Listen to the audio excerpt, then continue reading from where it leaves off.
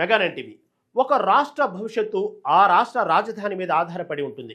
గత 5 ఏళ్లుగా నిలిచిపోయిన ఆంధ్రప్రదేశ్ కలల రాజధాని అమరావతి ఇప్పుడు మళ్లీ ఊపిరి పోసుకుంటుంది. రాష్ట్రంలో కూటమి ప్రభుత్వం కొలువుదీరిన తర్వాత అమరావతి పునర్నిర్మాణంపై ప్రత్యేక దృష్టి సారించింది. రాజధాని ప్రాంత అభివృద్ధి ప్రాధికారిక సంస్థ సిఆర్డీఏ తాజాగా నిర్వహించిన అత్యున్నత స్థాయి సమావేశంలో కొన్ని చారిత్రాత్మక నిర్ణయాలకు ఆమోదం లభించింది. మున్సిపల్ పట్టణాభివృద్ధి శాఖ మంత్రి నారాయణ సిఆర్డీ అధికారులతో జరిగిన చర్చల తర్వాత మీడియాతో మాట్లాడుతూ పలు సంచలన విషయాలను వెల్లడించారు.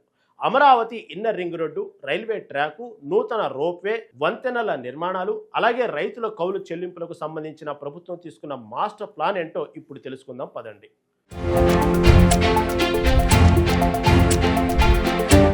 ఒక రాజధాని నగరానికి జీవనాడి లాంటిది కనెక్టివిటీ అమరావతిని రాష్ట్రంలోని అన్ని ప్రాంతాలతో అనుసంధానించే అత్యంత కీలకమైన ప్రాజెక్టులపై సిఆర్డీఏ బోర్డు ఆమోదముద్ర వేసింది. ముఖ్యంగా ఎప్పటి నుంచో పెండింగ్లో ఉన్న అమరావతి ఇన్నర్ రింగ్ రోడ్డు, అలాగే రాజధాని మీదుగా వెళ్లే రైల్వే ట్రాక్ అలైన్మెంట్లకు సంబంధించిన ప్రతిపాదనలను ఈ సమావేశంలో ఫైనల్ చేశారు.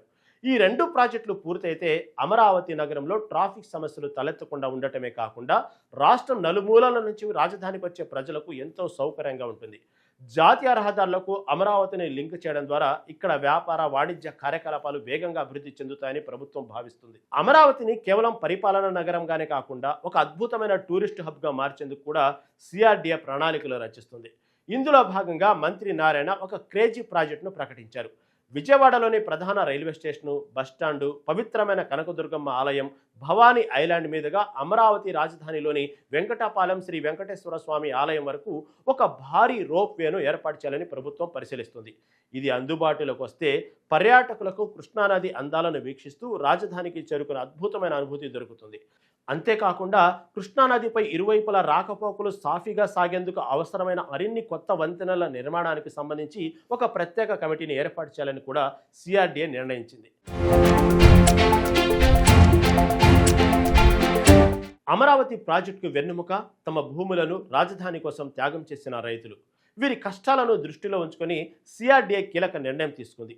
రాజధాని నిర్మాణం కోసం ల్యాండ్ పూలింగ్ కింద భూములను ఇచ్చిన రైతులకు చెల్లించాల్సిన వార్షిక కౌలుపై ప్రభుత్వ సమావేశంలో ఒక ముఖ్యమైన నిర్ణయం తీసుకున్నారు.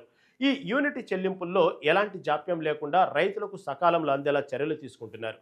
దీనితో పాటుగా గత ప్రభుత్వ హయాంలో నిలిచిపోయిన హ్యాపీనెస్ట్ ప్రాజెక్టుకు సంబంధించిన రేరా ఫీజు చెల్లింపులకు కూడా సిఆర్డీ ఆమోదం తెలిపింది. మరో ముఖ్యమైన అంశం, పల్నాడు జిల్లాలోని ఇనాం భూముల స్వాధీనానికి అవసరమైన నిధులను దేవాదాయ శాఖకు అందించేందుకు సిఆర్డీఏకు ప్రభుత్వం అనుమతినిచ్చింది. ఈ నిర్ణయాలతో పరిపాలనాపరమైన అడ్డంకులు చాలా వరకు తొలగిపోనున్నాయి. గత 5 ఏళ్లుగా నిలిచిపోయిన రాజధాని పనులు కూటమి ప్రభుత్వం ఏర్పడిన తర్వాత ఇప్పుడు జెట్ స్పీడ్తో సాగుతున్నాయి. ఇప్పటికే మొదటి దశ కింద చేపట్టిన జంగిల్ క్లియరెన్స్ పనులు దాదాపు పూర్తి కావచ్చాయి. ఇప్పుడు పాత టెండర్లను సమీక్షించడం, కాంట్రాక్టర్లతో చర్చలు జరపడం లాంటి ప్రక్రియలు జరుగుతున్నాయి. సిఆర్డీఏ క్రమం తప్పకుండా సమావేశాలు నిర్వహిస్తూ పనుల పురోగతిపై చర్చిస్తూ వెంటనే నిర్ణయాలు తీసుకుంటుంది. ఈ వేగం చూస్తుంటే అతి త్వరలోనే అమరావతిలో భారీ యంత్రాలు గ్రౌండ్ మీదకు దిగి రాజధాని పునర్నిర్మాణ పనులు పూర్తి స్థాయిలో ప్రారంభం కావడం ఖాయంగా కనిపిస్తుంది. ఒక రాజధాని నగరం అభివృద్ధి చెందితే ఆ రాష్ట్ర ముఖ చిత్రమే మారిపోతుంది. సిఆర్డీఏ తీసుకున్న ఈ తాజా నిర్ణయాలతో అమరావతి కళ త్వరలోనే సాకారం కాబోతుందని రైతులు, ప్రజలు ఆశాభావం వ్యక్తం చేస్తున్నారు.